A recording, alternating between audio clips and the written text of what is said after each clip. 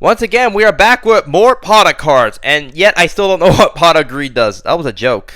Over the years, besides Pot of Greed, we have gotten many different Pot of / Jar of cards. Basically, cards that help you draw more cards or something like that, essentially.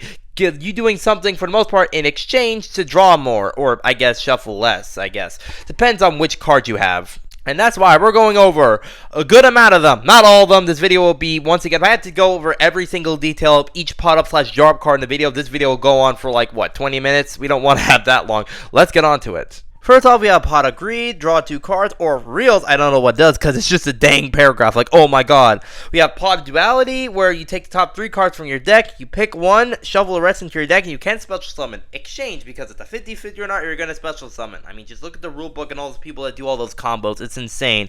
Pot of Avalanche, take 5 monsters from your graveyard, shuffle them back in your deck, and then draw 2 cards. I guess no monster reborning or bringing them back in exchange for drawing more cards. I guess that's fair, you know.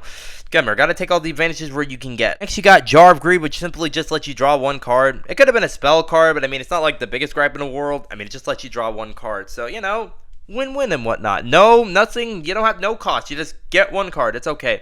Pot of Generosity, the worst pot of card ever. Take 2 cards from your hand, shuffle in your deck. That's it. You don't get anything back or return or have to. It's just, what's the point of this card? It's the most useless pot of card and one of the most worthless cards probably in the entire game. Speaking of that, Jar of Generosity. Take 1 card from your hand, place it on the top or bottom of your deck. I get the bottom in a little bit, but why the top? Why do I take a card I already have in my hand and put it at the top of my deck, just draw it again? It's so pointless. Why does this card exist?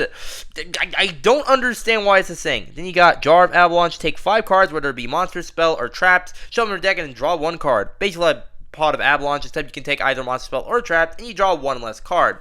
Still a pretty good card, honestly, in my opinion, to get some cards. Pot of Desires. Banish the top 10 cards from your deck face down to draw 2 cards, and also these Pot of cards faces are getting more and more unhinged. Like, wow, these are getting a little bit crazy for your Pot of Greed liking sometimes, am I right? Then you got Pot of Extravagance. Banish the top, banish up to 3 to 5 cards from your extra deck face down to draw 1 card for every 3 extra monsters you have, you banish, essentially. Gotta love it whenever someone has this card, they have a bunch of extra monsters but never use it. And then Avatar of the Pot, which basically, get me down, pretend Pot of Greed isn't banned for a second. Simple 12 attack per monster, 13 defense. If you have a Pot of Greed in your hand, you can discard it and then draw 3 cards. And it doesn't say once per turn, meaning if Pot of Greed wasn't banned, you could have 3 Pot of Greed in your hand, discard all of them to draw 9 cards. This is another reason why Pot of Greed is banned and will never be unbanned ever. And that was a good amount of the Pot of and some of the Jar of cards, obviously. There's a lot more that are still out there and probably a lot more that will come out, so this will be a